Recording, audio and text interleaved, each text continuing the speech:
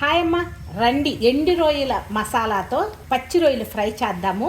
నేను ఎలా చేశానో చూసేయండి. మ్యారినేషన్ కోసం ఉప్పు, అల్లం వెల్లుల్లి పేస్ట్, నూనె, కరివేపాకు, కారము వేసి కలిపేద్దాం. మూత పెట్టేసి ఒక హాఫ్ అన్ అవర్ ఇలా మ్యారినేషన్ చేసుకుందాం. మసాలా కోసం ఎండు రొయ్యల్ని వేయించండి. ఎంత లేదన్నా కూడా ఇసుకుంటది, మురుకుంటది. అందుకని వేయించిన ఎండు రొయ్యల్ని నీళ్ళల్లో ఒక్క 2 నిమిషాలు నానబెట్టి శుభ్రంగా కడిగేద్దాం. రొయ్యల ఇగురులో మసాలా కోసం బియ్యం, జీలకర్ర, దాల్చిన చెక్క, లవంగాలు, కరివేపాకు, ఎండుమిర్చి, యాలకులు, శనగపప్పు, ధనియాలు వేసి కమ్మటి వాసన వచ్చే వరకు వేయించండి. మిరియాలు వేయించుకున్న మసాలా దినుసులన్నీ కూడా వేసి కోర్సుగా గ్రైండ్ చేసి తీసుకొద్దాం. వేయించి కడిగి పెట్టుకున్న రొయ్యల్ని ఇలా బాండీలో వేస్తే అది తడిపోయింది. గ్రైండ్ చేసి పెట్టుకున్న మసాలాలో ఈ ఎండు రొయ్యలను కూడా వేయండి. కూర టేస్టే వేరుగా ఉంటుంది. ఒకసారి ఇలా ట్రై చేయండి. కోర్సుగా గ్రైండ్ చేసి తీసుకొద్దాం.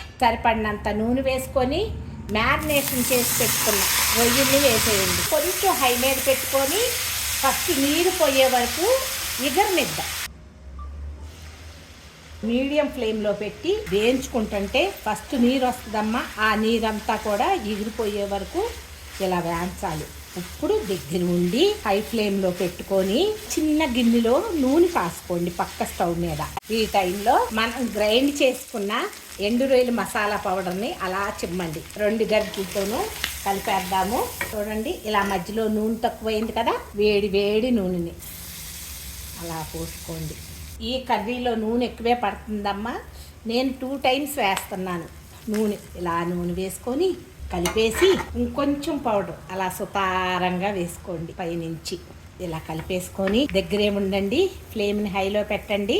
కొత్తిమీర అలాగే పచ్చిమిరపకాయలు కూడా ఈ టైంలోనే వేసుకోండి. కరకరలాడుతా బాగుంటాయి. తినేటప్పుడు ఇలా ఒక్కసారి తిప్పుకొని వేడి వేడి అన్నంలో కొంచెం కూర వేసుకొని తింటే మీరు టేస్ట్ చేయాల్సిందే. చేసి నాకు మెసేజ్ చేయండి అమ్మా ఎలా ఉంది అనేది. ఉప్పు కారాలు సరి చూసుకోండి మీ టేస్ట్కి తగ్గట్టు.